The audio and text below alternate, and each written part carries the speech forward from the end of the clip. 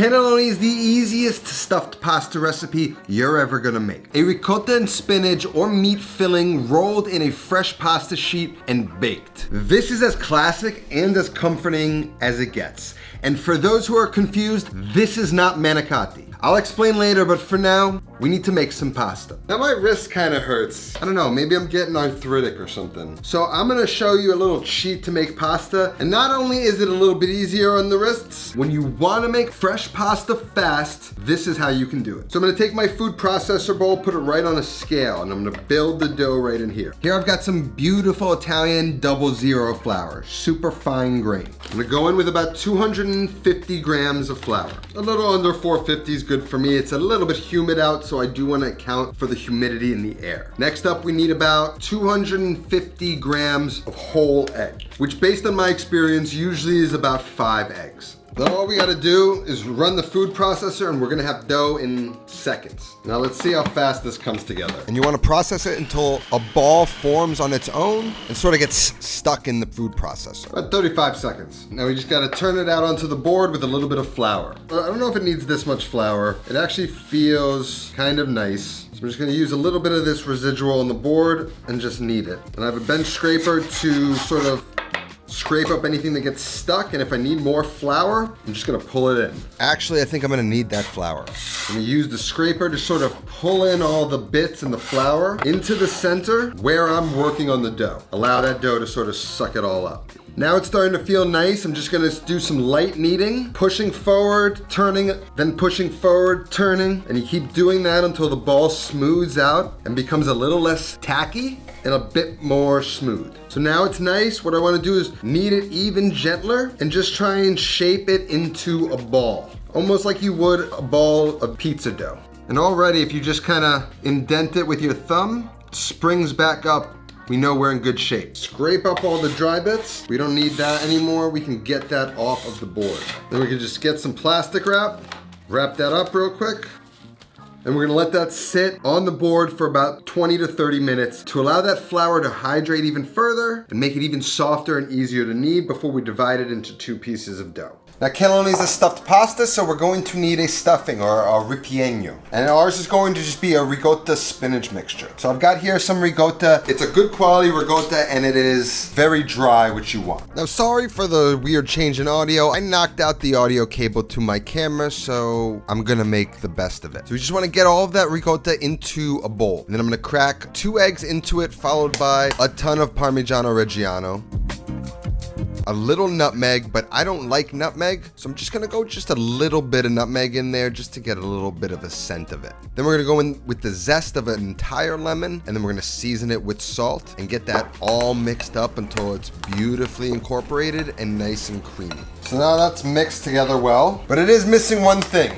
And that is spinach. So I've just got some baby spinach here, and I'm just gonna saute that with a little bit of olive oil and some garlic. So in a high-rimmed pan, preheated on medium heat, I'm using my 3-quart saucier. Coat the pan with some extra virgin olive oil, and then add in a halved garlic clove to flavor the oil. Once that garlic begins to brown, toss in the baby spinach all at once, and with a towel, press down on the spinach like you would a smash burger.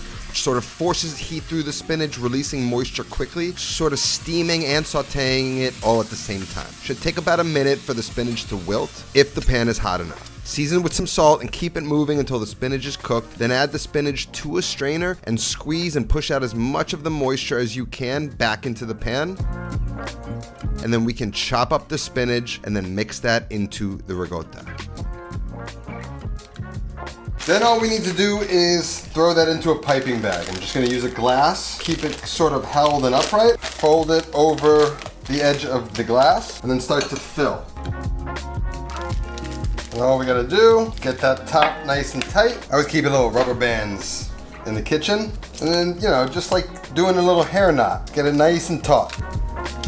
There you have it. We're just gonna let this chill in the fridge till we're ready to use it. Next up, Of course, we need to make some weekday sauce. So I'm gonna use my favorite can of tomatoes and run them through a food mill to create the perfect consistency of the tomatoes and to remove the skins and seeds. We just turned whole tomatoes into what is called a passata, or tomato puree. Next up, coat the bottom of a pan with some olive oil and then add in some halved garlic cloves and basil stem just to infuse that oil with those flavors. And I don't always do this, but today, once that garlic is browned, I'm gonna just remove it from the oil, and then we're gonna go straight in all at once with our tomatoes. And if the oil is a little hot, it might splatter a bit. That's why you wanna add it all at once. It'll cool the oil down and simmer down nicely. Bring that up to a simmer, and then we're just gonna let that cook on the back while we get a pot of water boiling and we take care of our pasta dough. So just gonna get it out of the plastic, nice and bouncy, then we can cut it in half. Looks just about like any other pasta dough I've made, just a different technique. So now all I want to do is take these balls and gently knead them into their own smaller balls. Why I do this is because I'm only one person. So a lot of my recipes are not for 4, 6 people, they're for 2, 3 people. And one of these is gonna be plenty for one meal or up to 3 people, 4 people maybe, at least this recipe. So instead of making all of the pasta and then saving cooked pasta, I'll make one pasta with this dough and I'll practice another shape or another recipe with my second dough maybe tomorrow. So now you got 2 beautiful balls of pasta dough. One we're gonna work with right now, the second we can wrap up, and we can just play later on, work on some new shapes. And that'll go into the refrigerator until I use it the next day. So now I'm gonna take this dough, and just to make it easier to work with, I'm gonna cut it in half, put the other half in a bag so it doesn't dry out. And then I'm gonna just start to press this shape down into sort of like a flattened rectangle, just so it keeps its shape a little better when we roll it out. It's nice and hydrated, so I don't really feel like I need too much flour right now because it's not sticky at all. So we got a nice shape now to run through our pasta machine. So I'm just gonna take my pasta dough and I'm just gonna start on the widest setting of my Mercato pasta roller, which is 0. And I'm gonna slowly work my way up until this 7th setting, which is about the thickness I like for this dish.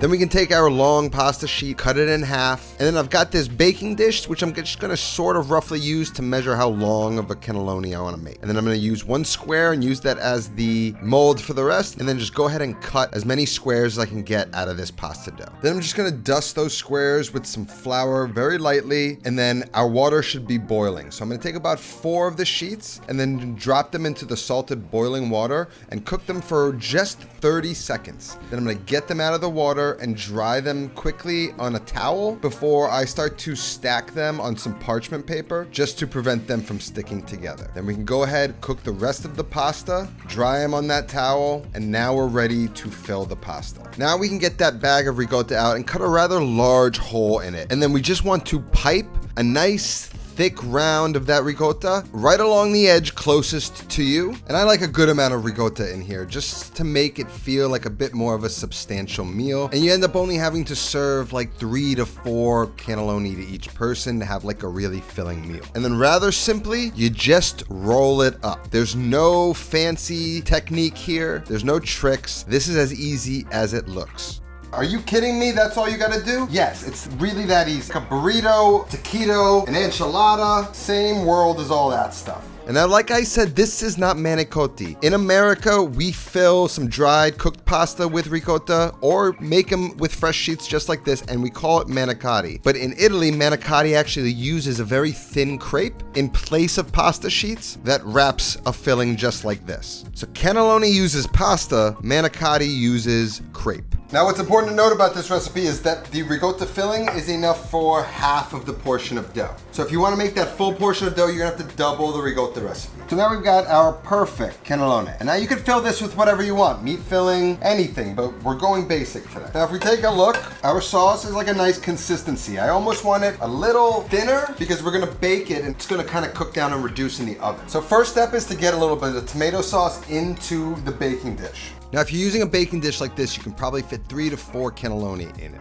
In this plate, I'm going to just sauce the bottom because I'm trying to see if I can get some really good texture on top if I don't sauce the entire cannelloni. I'm just gonna add enough sauce to take it about 3/4 of the way up the sides. Then I'm gonna drizzle a bit of olive oil right on top, and then a healthy sprinkle of Parmigiano Reggiano. Now we have more cannelloni. So of course, that's a nice little single portion, but if you're gonna do it for a bigger group of people, same idea, bigger vessel. Same thing, throw them in. And for this dish, I'm gonna go a little bit more traditional. I'm gonna really stuff that plate with as much cannelloni as you can, and then I'm gonna go with tomato sauce on top. Spread that all around, then a healthy amount of the Parmigiano Reggiano.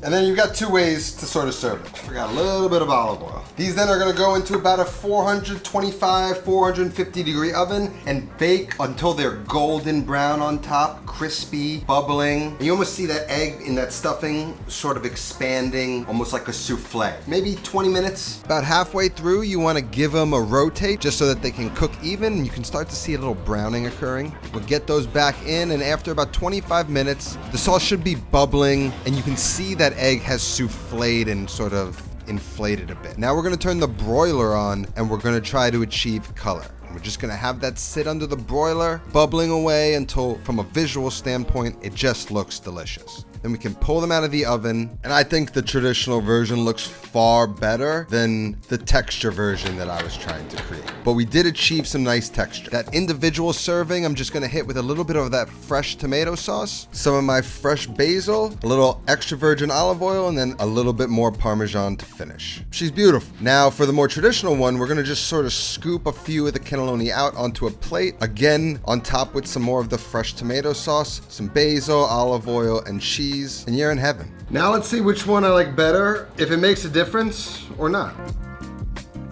Traditional way is perfect, and surprisingly I got a lot of texture and crunch even while putting sauce on top. And now here's the one without the sauce baked on top. See, that's how you know it's not overcooked. You can kind of lift it with a fork and it's not falling apart.